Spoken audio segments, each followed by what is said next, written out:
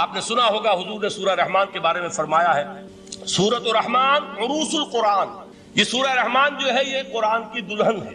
جیسے دلہن کو آپ خوشنما لباس پہناتے ہیں، آراستہ پیراستہ اس کو گہنے اور اس کو زیور پہناتے ہیں، تو جس طریقے سے سجاتے ہیں آپ دلہن کو، اللہ تعالیٰ نے ایک سورت قرآن مجید میں یہ ایسی رکھی ہے سورہ رحمان کی، اسے خوب سجایا ہے. اس میں الفاظ کا در و بست، اس کا اپنا ایک ڈیوائن میوزک ہے. وہ تو اللہ تعالیٰ قراء جو ہے خاص طور پر مصر کے قراء، اللہ تعالیٰ ان پر رحمت نازل فرمائے، ان کی خطاؤں سے درگزر کرے. جس طرح قرآن کے انٹرنسک میوزک کو انہوں نے واضح کیا ہے. واقعہ یہ ہے کہ اگر یہ لوگ نہ ہوتے، شیخ عبد الباسط محمد عبد الصمد، شیخ محمود خلیل الحسنی، یہ لوگ کہ جنہوں نے قرآن کے اس غنا میوزک، یہ لفظ جو ہے آپ حیران نہ ہو کہ میں یہ کوئی شاید توہین کر رہا ہوں قرآن کی، حضور نے یہ لفظ استعمال کیا ہے. تغنو، اس قرآن کو اچھی سے اچھی خوشلہانی کے ساتھ پڑھو. من لم یتغن بالقرآن فلیس منا، جو قرآن کو بہتر سے بہتر انداز میں، اچھی سے اچھی آواز میں، خوشلہانی کے ساتھ پڑھنے کی کوشش نہیں کرتا، وہ ہم میں سے نہیں. بلکہ ایک مرتبہ حضور رات کے وقت آپ گشت پر تھے اپنے ساتھیوں کے حالات معلوم کرنے کے لیے. حضرت ابو موسیٰ اشعری رضی اللہ تعالیٰ عنہ ایک صحابی ہیں، ان کے گھر کے پاس سے گزر ہوا، وہ رات کو تہجد پڑھ رہے تھے، کھڑے ہوئے کیف کے عالم میں قرآن تلاوت کر رہے ہیں. حضور کو بہت پسند آئی ان کی قرات، کافی دیر تک وہاں کھڑے سنتے رہے. اب انہیں کیا پتا کون سن رہا ہے. بالکل اسی طرح سمجھ لیجئے ایک بات یاد آئی ہے، حضور فرماتے ہیں کہ جس طرح کان لگا کر اللہ قرآن کو سنتا ہے کسی چیز کو نہیں سنتا. ہمیں نظر نہیں آتا نا، ہمیں معلوم نہیں ہے، ہم قرآن پڑھ رہے ہیں تو سننے والا کون ہے؟ سب سے زیادہ کان لگا کر خود اللہ. یہاں اس لیے مجھے یاد آیا کہ ابو موسیٰ اشعری کو کیا پتا تھا کہ کون سن رہا ہے. وہ اپنی کیفیت میں نماز میں تہجد میں قرآن کی تلاوت کر رہے تھے، اور ظاہر بات ہے ان کے گھر ایکڑوں میں بنے ہوئے نہیں تھے، ایک ایک کمرہ، ایک ایک کوئی حجرہ، ایسے تو گھر تھے نا صحابہ کے. لہذا حضور پاس سے گزرے، آواز آئی، کافی دیر سنتے رہے.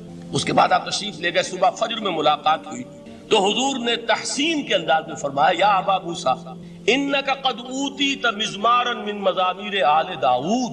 اے ابو موسیٰ، تمہیں تو آل داؤد کے سازوں میں سے ایک ساز اللہ نے عطا فرما دیا. جس طرح حضرت داؤد، لہن داؤدی مشہور ہے کہ جب وہ پچھلے پہر رات کو حمد کے ترانے الاپتے تھے، قرآن میں ہے کہ پرندے شامل ہو جاتے تھے ساتھ، اور پہاڑ وجد میں آتے تھے، پہاڑ بھی ان کے ساتھ شریک ہوتے تھے. تو جس طرح کا اللہ نے ان کو لہن عطا فرمایا تھا، حضور نے تحسین کے انداز میں فرمایا ہے ابو موسیٰ اشعری، اللہ نے تمہیں بھی آل داؤد کے سازوں میں سے ایک ساز عطا فرمایا. بہرحال قرآن مجید کا جو یہ میوزک ہے، قرآن کے الفاظ کا جو حسن ہے، جہاں تک حسن معنوی ہے وہ تو ہر لفظ میں ہے، لیکن یہ حسن ظاہری، حسن صوتی، حسن لفظی، یہ اپنے کلائمیکس پر آپ کو نظر آئے گا سورہ رحمان. لیکن قرآن میں یہ سورت اس اعتبار سے بھی ممتاز ہے، اس کی 4 آیات پر ذرا توجہ کریں گے، عجیب حقائق سامنے آئیں گے. جہاں یہ قرآن مجید کے حسن صوت اور حسن لفظی کی معراج ہے، وہیں اس کی پہلی 4 آیات میں 4 چوٹی کی چیزوں کا ذکر ہے، سب سے اونچی چیز ہے. پہلی آیت کیا ہے؟ الرحمن. ایک آیت ہو گئی. رحمان کیا ہے؟ اللہ کا نام ہے. کبھی آپ نے غور کیا اللہ کے ناموں میں سب سے پیارا نام کون سا ہوگا؟ رحمان. کیوں؟ اس کا مادہ کیا ہے؟ رحمت. ہمیں سب سے بڑھ کر جس چیز کی ضرورت ہے وہ کیا ہے؟ رحمت خداوندی. نام اچھی طرح سن لیجئے اس حضور کے قول کو. حضور فرماتے کوئی شخص جنت میں مجرد اپنے عمل کی بنیاد پر داخل نہیں ہو سکے گا جب تک کہ رحمت خداوندی دستگیری نہ کرے. کسی صحابی نے بڑی ہمت اور جرأت کا ثبوت دیا کہ پوچھ لیا کیا حضور آپ بھی؟ جب آپ نے فرمایا کوئی شخص داخل نہیں ہو سکتا جنت میں محض اپنے عمل کی بنیاد پر جب تک کہ رحمت خداوندی جو ہے وہ دستگیری نہ فرمائے. پوچھا گیا کیا آپ بھی؟ آپ نے فرمایا ہاں میں بھی. آپ انداز کیجئے کہ اگر محمد الرسول اللہ بھی رحمت خداوندی کے ضرورت مند ہوں تو تاب دیگراں چے رسد، ہماری تو سب سے بڑی ضرورت رحمت خداوندی. اب یہ رحمت جو ہے قرآن مجید میں اللہ تعالیٰ کی یہ شان 2 الفاظ کے ذریعے سے آتی ہے، رحیم اور رحمان. اور کوئی مادہ نہیں ہے جس سے 2 نام بنتے ہوں اللہ کا، لیکن یہ مادہ ہے واحد رحمت کا کہ جس سے رحمان بھی ہے رحیم بھی ہے. رحیم صفت مشبہ ہے، رحمت دائم ہو جائے گی، مستقل ہوگی تو رحیم کہیں گے. اور رحمان، اس میں رحمت کی ہے وہ شان ہے کہ جیسے ٹھاٹھے مارتا ہوا سمندر ہو، ہیجان کی کیفیت، طوفانی کیفیت. رحمت خداوندی کا طوفانی جوش وہ ہے رحمان. آپ تو رہتے اس علاقے میں ہیں، آپ کو معلوم ہے عرب اگر بھوکا مرا جا رہا ہو تو کیا کہے گا؟ انا جوعان. پیاسا مرا جا رہا ہو انا عطشان.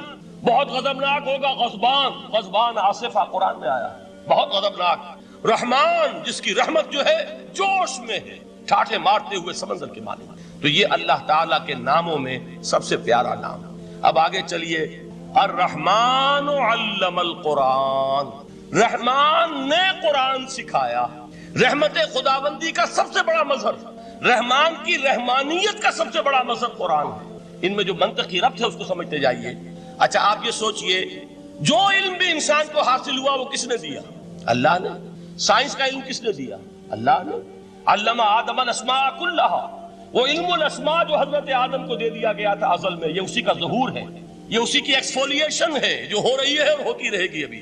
اور دوسرے علم ہے وہ کس نے دیا؟ اللہ نے. لا یحیطون بشیء من علمہ الا بما شاء، مخلوق میں سے کوئی اللہ کے علم میں سے کسی شے کا احاطہ نہیں کر سکتا مگر وہ جتنا اللہ دینا چاہے. لیکن یہ کہ تمام علوم میں چوٹی کا علم قرآن. نوٹ کرتے جائیے، چوٹی کی چیزیں جمع کیجیے. اللہ کے ناموں میں چوٹی کا نام رحمان. اللہ نے جو کچھ انسان کو سکھایا اس میں چوٹی کا علم قرآن. خلق الانسان، انسان کو پیدا فرمایا. سوال یہ کہ حیوانات کو کس نے پیدا فرمایا؟ آسمان کس نے پیدا کی؟ زمین کس نے پیدا کی؟ فرشتے کس نے پیدا کی؟ کیا مطلب خلق الانسان؟ اس کی تمام مخلوقات میں اس کا کلائمیکس، اس کی تخلیق کی معراج، اس کے تخلیق کا نقطہ عروج انسان ہے. یہ ہے کہ جو مسجود ملائک بنا ہے. وَلَقَدْ كَرَّمْنَا بَنِي آدَمَ وَحَمَلْنَاهُمْ فِي الْبَرِّ وَالْبَحْرِ وَرَزَقْنَاهُمْ مِنَ الطَّيِّبَاتِ وَفَضَّلْنَاهُمْ عَلَى كَثِيرٍ مِّمَّنْ خَلَقْنَا تَفْضِيلًا. تو تخلیق میں سب سے اونچی تخلیق انسان کی، علموں میں سب سے اونچا علم قرآن کا، اللہ کے ناموں میں سب سے اونچا نام رحمان. تقاضے پورے کرو. تقاضے کیا ہے؟ ایمان ہے تو عمل درست ہونا چاہیے، ایمان ہے تو جہاد ہونا چاہیے، ایمان ہے تو جان اور مال کھپانی چاہیے. تو جو ایمان دوسرے لوگ جس طرح لائے ہیں، حمزہ بھی تو ایمان لائے ہیں، آخر ان کا راستہ تمہیں نظر نہیں آ رہا؟ ابو بکر ایمان لائے ہیں، ان کی طرح ایمان لاؤ. تو انہوں نے کیا کہا؟ انؤمن کما آمن السفہاء، کیا ہم اس طرح ایمان لائے جیسے یہ بے وقوف لائے؟ سفیہ کا لفظ تو سبھی جانتے ہیں، یہ سفہاء کسے کہہ رہے ہیں؟ آپ نے پڑھا تو بہت مرتبہ ہوگا ان آیات کو، کبھی سوچا کس کو کہہ رہے ہیں؟ وہ ابو بکر کو کہہ رہے ہیں، وہ حمزہ کو کہہ رہے ہیں، وہ عمر کو کہہ رہے ہیں. ان کی تو مت ماری گئی. غر ہؤلاء دینہم، انہیں تو کوئی ہوش ہی نہیں. 2 مرتبہ حضرت ابو بکر نے وہ کام کیا ہے کہ ہر ورلڈلی وائز انسان یہ کہے گا کہ حماقت کی ہے جس کے سامنے دنیا ہے. جب ہجرت کے لیے حضور تشریف لے جا رہے تھے، 40,000 درہم کا سرمایہ تھا، جبکہ حضرت ابو بکر ایمان لائے. مکے کے چوٹی کے تاجروں میں سے تھے جو ملک التجار کہلاتے.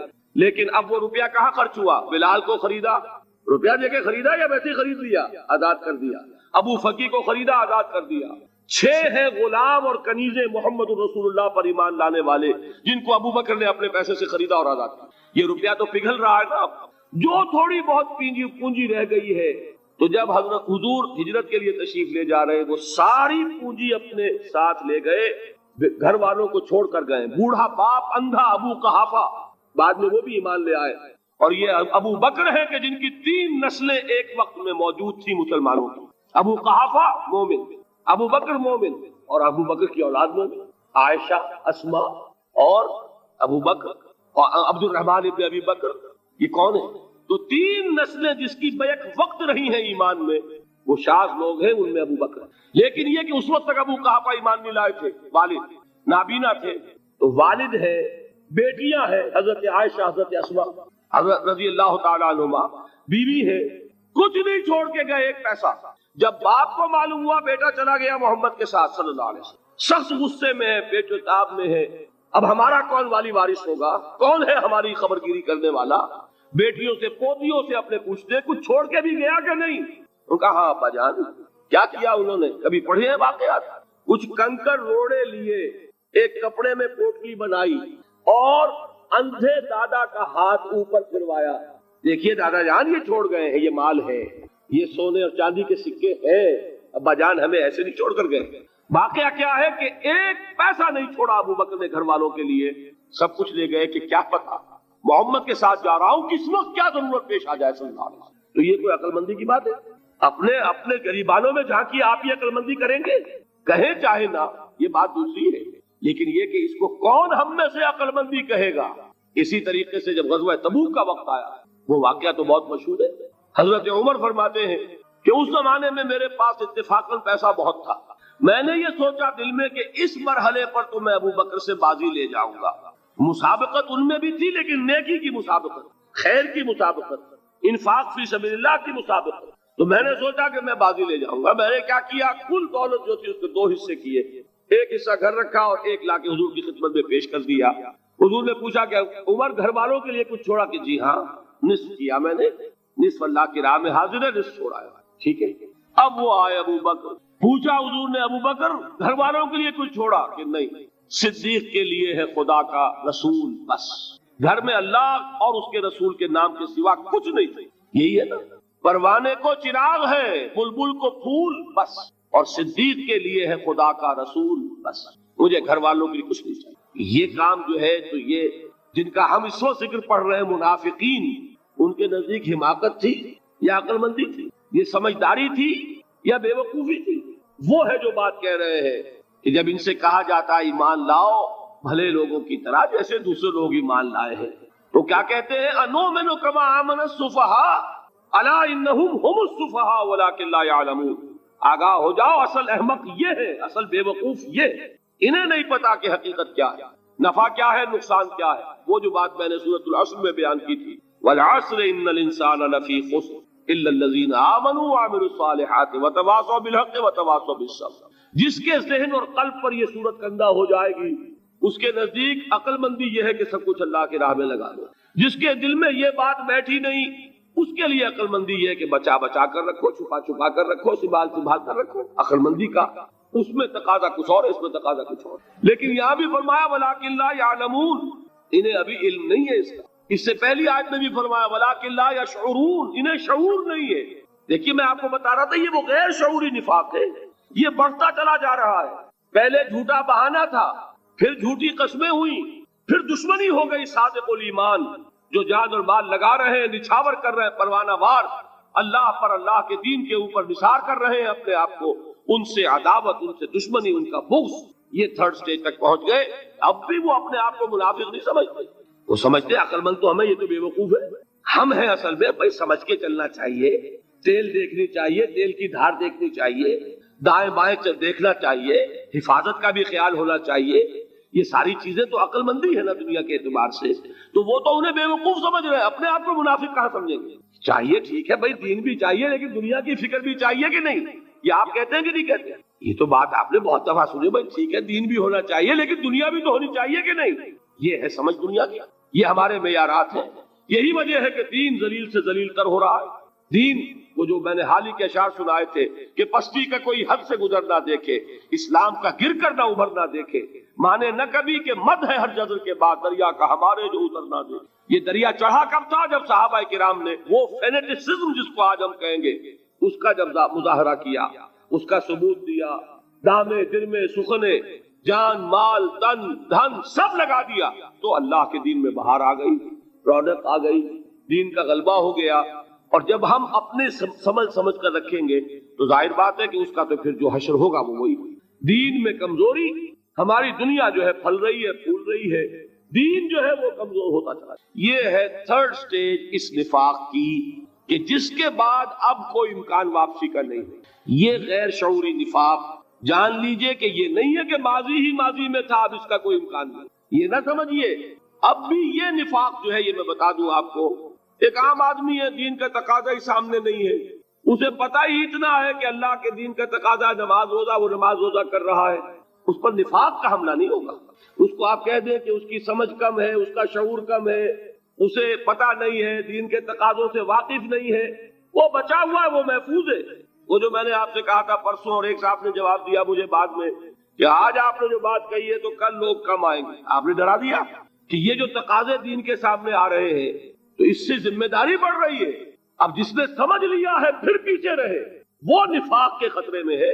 جسے سمجھ ہی نہیں ہے وہ پھر بھی کوئی نہ کوئی عذر پیش کر سکے گا کہ اللہ ان مولویوں سے پوچھ جنہوں نے ہمیں بتایا نہیں, انہوں نے تو دین کے تقاضے ہمیں یہ بتائے نہیں, انہوں نے تو ہمیں نور اور بشر میں چکر دے کے لڑائے رکھا, ان سے پوچھ. اصل سے مجرم جو ہے وہ یہ ہے, وہ واقعہ یہ ہے کہ کسی درجے میں بچیں گے کہ دین چاہتا کیا ہے, دین کے تقاضے کیا ہے, توحید کی حقیقت کیا ہے, شرک کی حقیقت کیا ہے.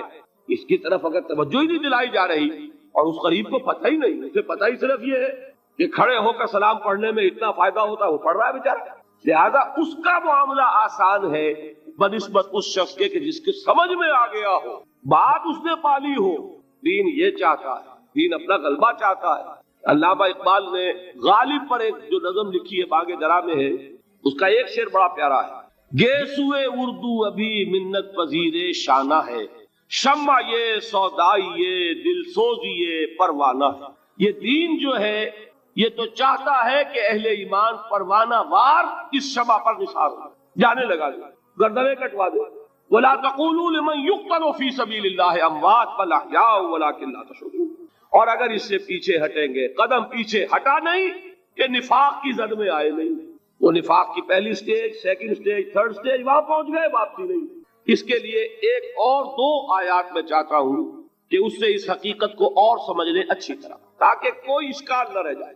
ایک آیت تو میں نے شروع میں پڑھی تھی، ایک نہیں ہے، یعنی ایک جگہ سے سورہ عنکبوت، اور ایک آیت ہے سورہ حج کی، وہ میں نے شروع میں تلاوت نہیں کی۔ سورہ حج کی آیت دیکھیے، اس قدر پیاری آیت ہے، دوسرے رکوع کے اندر آپ کو آیت ملے گی، سورہ حج 17ویں پارے میں ہے، نصف کے بعد شروع ہوتی ہے، اور اس کے دوسرے رکوع وَمِنَ النَّاسِ، اور لوگوں میں سے کچھ ایسے بھی ہیں، مَن يَعْبُدُ اللَّهَ عَلَى حَرْفٍ، جو اللہ کی بندگی کرنا چاہتے کنارے پر کھڑے ہو کر۔ ایک ہے منجھار میں کودنے والے کہ ہر جباد آباد ماں کشتی دراب انداختے، جیسے کہ طارق نے کیا تھا، ادھر ساحل اندلس پر قدم رکھا، ادھر کشتیوں میں آگ لگا دی، کہ کسی کے دل میں خیال ہی نہ آئے کہ واپسی بھی ہے، کوئی کسی کے ذہن میں سوال ہی پیدا نہ ہو کہ اب گھر واپس جانا ہے۔ طارق چمر کنارہ اندلس سفینہ سو، گفتند کارے تو رہے عقل و خرد خطاس۔ دیکھیے وہی عقل اور بے وقوفی والی بات آ گئی، لوگوں نے کیا یہ طارق کیا کیا، عقل مندی کی روح سے تو یہ غلطی کی تم نے۔ عقل تو یہ سکھاتی ہے کہ ذرا سنبھل کر چلو، جذبہ یہ کہتا ہے کہ نہیں، واپسی کا کوئی سوال نہیں۔ اس نے اقبال نے یہی نقشہ کھینچا ہے کہ بے خطر کود پڑا آتش نمرود میں عشق، عقل ہے